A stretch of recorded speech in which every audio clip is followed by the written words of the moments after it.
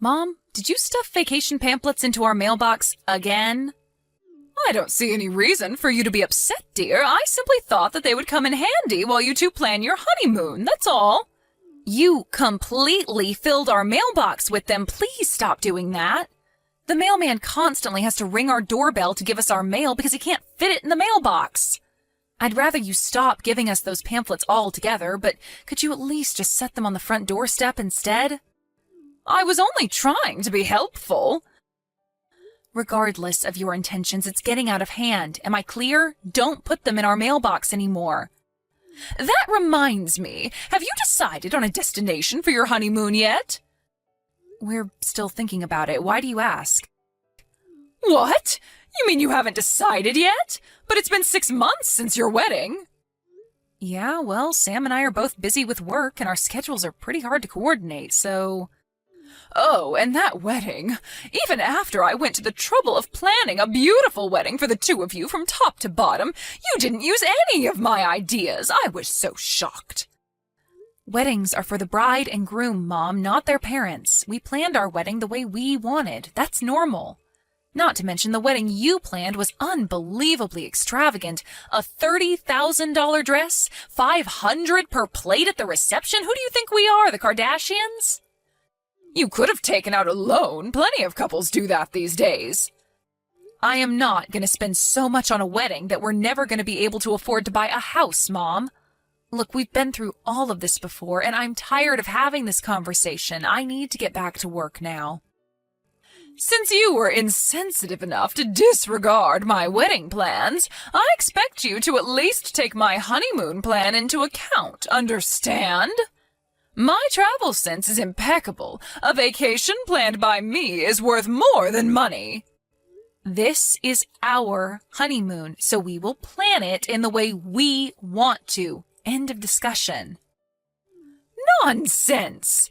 You said yourself that you haven't decided on anything yet. It's clearly far too much for you to handle by yourselves. Listen, dear.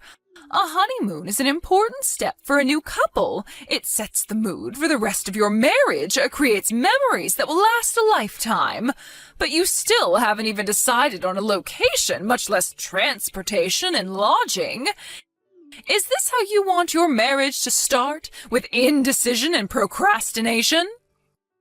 We're starting our marriage with thoughtful planning and deep discussion between the two of us, but thanks for your concern. We'll take a look at the pamphlets you gave us, okay? Is that enough to satisfy you? We'll see. Let me know when you've finalized your plans. I'll let you know whether or not they're up to snuff. Frankly, I'm not interested in your opinion. Excuse me? Like I said, I need to get back to work. Goodbye. Hey, Sally. I just made it to the hotel fine and got checked in. Thanks for letting me know, Sam. I hope you enjoy your business trip. I'll do my best. Travel's nice, but when it's for business, meh. By the way, I just realized that my mom sent me a text. She said you complained about her stuffing our mailbox with a bunch of travel pamphlets again. Don't tell me she was getting on your case about our honeymoon again. Yeah, she was. She took it to a new level this time, too. It looked like that mailbox was about to burst at the seams from all those pamphlets. Unreal. I'm sorry you had to deal with that. I took a look at them, thinking maybe there might be a chance that one of them might be interesting, but they're all guided tours with a private guide who goes with us everywhere. Why would we want a third wheel on our honeymoon? That reminds me. My dad told me before that my mum had booked that exact same kind of tour for their honeymoon. Dad said it completely destroyed the mood. The two of them never had any privacy at all, with the guide constantly with them, at restaurants, parks, stores, etc. But it sounded like Mum enjoyed it, at least. You think that's why she's pushing it on us? Because she had such a good time with it? Yeah, probably. For her part, it's not like we've told her what sort of honeymoon we had in mind. But then again, even if we did tell her, I'm sure she had just managed to find a way to barge in on us. So it's probably best we just keep her completely in the dark. It's crazy that you're so comfortable talking about your own mother like that. Hey, it's the truth. Just the way my mum is. She's always been. Once she gets an idea in her head about something, she has to inject herself into it, even if it has absolutely nothing to do with her. That's why I never told her about, well, you know what. Ah, that. Yeah, I was hoping you wouldn't spill the beans to her about that. But are you sure you're okay with that? Yeah, I'm sure. I talked to my dad who knows all about it, and he gave me his blessing to keep it between us, so yeah. Let's just continue to do that. Okay, well, as long as you're okay with it. Hello there, Sally. Today's the big day, isn't it? I bet you're so excited. I know I am. Huh? What should I be excited about? Oh, come now, dear. Are you still going to keep the act up? I know you were trying your best to keep me out of the loop, but you've underestimated me. I know everything. Mom, I seriously have no idea what you're talking about. Oh, well, you can go ahead and be that way. It doesn't change the fact that I know everything. Could you please stop talking like that and just tell me what you think it is I should be excited about? I'll see you soon. Sally, where are you? You need to come and pick me up from the airport. I'm waiting. What? What do you mean, the airport? Where are you? Okinawa. Where else? Okinawa? You mean in Japan? Which hotel will we be staying at? I hope you picked the one I recommended. The buffet breakfast looked phenomenal. You're not making any sense. Come on, Sally. I just arrived in Okinawa, so tell me where the hotel is. Seriously now, dear, get with the picture. Exactly what picture am I supposed to get with, Mom? Why are you in Okinawa? And why are you suddenly expecting me to come to pick you up from the airport and take you to a hotel? Did I miss something? I don't remember you ever talking about a vacation to Japan. My goodness, Sally, you never give up. I know your honeymoon in Okinawa starts today. What? I heard Sam talking to his father about going to the Blue Cave on your honeymoon.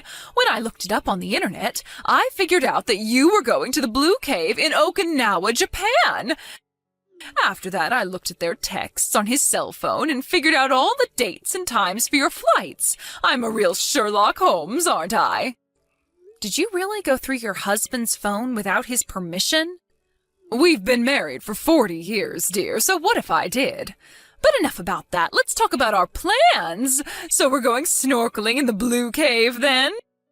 Ugh, you really have terrible taste. I made a deliberate effort to remove any tours with snorkeling from the pamphlets I gave you, but you went and signed up for it anyway.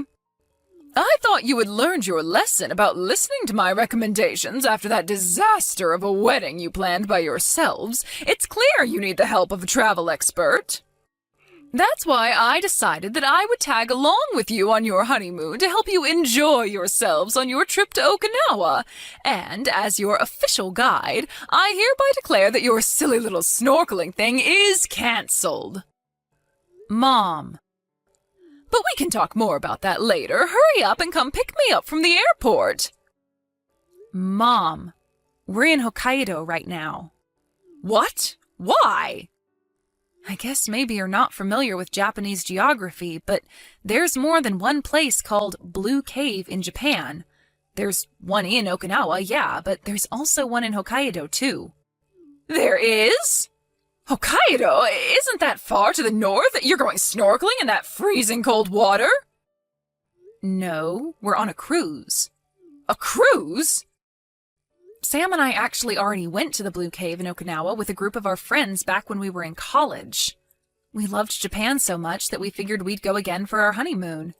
And when we learned there was another Blue Cave, we figured we'd go there. So, you're in Hokkaido? Yep. And not in Okinawa? Nope. I don't believe this. Now I'm going to have to get a ticket to Hokkaido. No, Mom. We'll already have moved on to a different location by the time you get here, so don't waste your time or money. What? Hokkaido is a pretty big place, actually, and we're on an extended tour taking us around most of the island, making brief stops at major tourism spots. Just brief stops? That won't be any fun. But we're enjoying ourselves plenty, thank you. But the best part is yet to come. We're going on a train tour that circles the island so we can see all the scenery from the train window. You what? How could just riding a train be fun? You can ride a train at home. Meh, to each their own. Everyone has their own tastes, different things they enjoy. We don't like the same things you like, Mom, that's all. Sally, dear, how dare you? I offered to plan your honeymoon for you out of the kindness of my heart, and this is how you repay me? As long as we're on the subject, Sam has something he'd like to talk to you about, so I'll hand the conversation over to him now. Sam? But why? Mum? Yes, Sam? I thought you should know that we moved. You moved? After our honeymoon is over, we're going to go straight to our new house. How could you? You've got some nerve dropping something like this on me so suddenly. How many times do I have to tell you? You must consult with me before making major decisions like that. Unbelievable. You always did love causing me trouble, however. I am still your mother, and I must fulfill my motherly duties. Don't worry, I'll come over to your new house to properly arrange your furniture and that sort of thing. What's the address of your new house? I'm not telling you. You're not telling me? And by the way, even if you somehow manage to figure out where our new house is, you're not welcome. So don't even think about coming. What? What? But why? You need me to fix your house for you, don't you? No, I don't. Don't be ridiculous. I don't need you forcing your opinions on me in every aspect of my life, Mum. Didn't Sally just tell you? Everyone has different tastes. We don't like the same things you like. I was just trying to be helpful. Being helpful would be offering a recommendation when we ask for one. And I wouldn't have any problem with that. But if we don't do everything exactly the way you want us to, down to a T, then you go completely hysterical. Haven't you noticed that all your friends have abandoned you one by one? Do you hang out with anyone other than Dad? That's nonsense. They haven't abandoned me. Oh, don't tell me you didn't even notice. Surely you can't be that oblivious. Do you have any idea the damage you've caused other people with your behaviour? Don't you remember what happened with Cynthia a few years ago? She almost got divorced because of you. What are you talking about? Good grief. I don't believe you. The rumour about her having an affair? You heard one woman say she thought she saw Cynthia meeting with another man at a restaurant, and you took the liberty of telling her husband that she was cheating on him. What was I supposed to do? Let him be cuckolded? How about that time with my friend from high school? We went to the bowling alley after school one time, and so we smelled like smoke, because, well, it was a bowling alley.